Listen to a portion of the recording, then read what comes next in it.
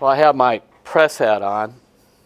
By the way, I've been in this business so long, more than 40 years full-time, and probably 45 years if you go all the way back to things I was doing at the Twinsburg Bulletin and some other things. People actually did wear hats pretty close to this that did say press. But I didn't have it on physically, but I kind of had it on, let's say metaphorically, when I'm sitting there in the post-game Cavs press conference after the loss in Game 1. They just lost 98-80. And I'm hearing Tyronn Lue say, we don't really have to make any significant changes. We just need to change our mindset. I'm like, oh, really?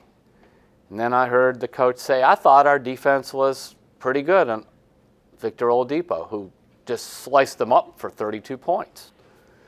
And I'm like, what? In fact, after I got to the point, I wanted to just rip this little thing off and throw them. What are these people saying? What game were they at?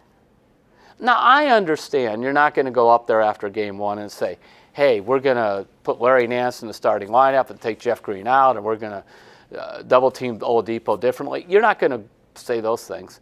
But you also can say, well, I didn't like what I saw.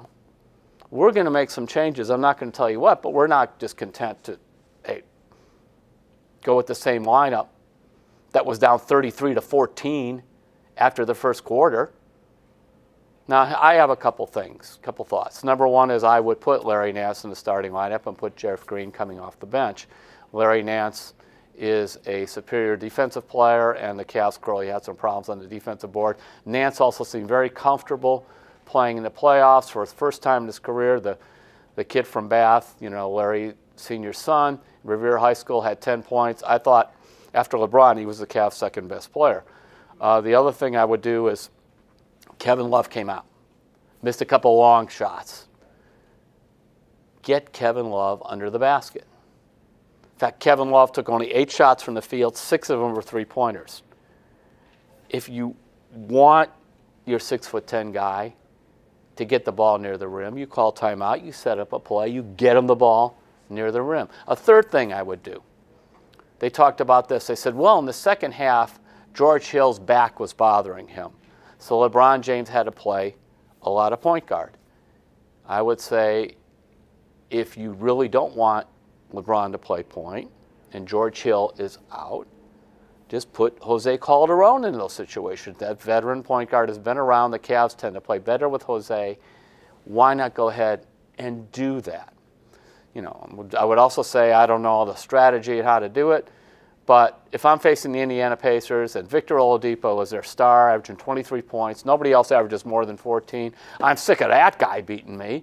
So I'm going to run 2 and 3 guys at Victor Oladipo, let him throw the ball to Lance Stevenson or Darren Collison or Miles Turner, whoever these other guys are, let them try to beat me. And finally, here's what I would do. LeBron James cannot wait 10 minutes into the game to take his first shot.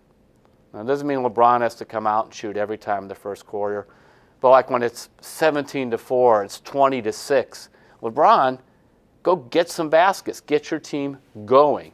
So, before, I was at Saturday's practice before Game 1. LeBron said, you know what I need to do? I need to go out and dominate.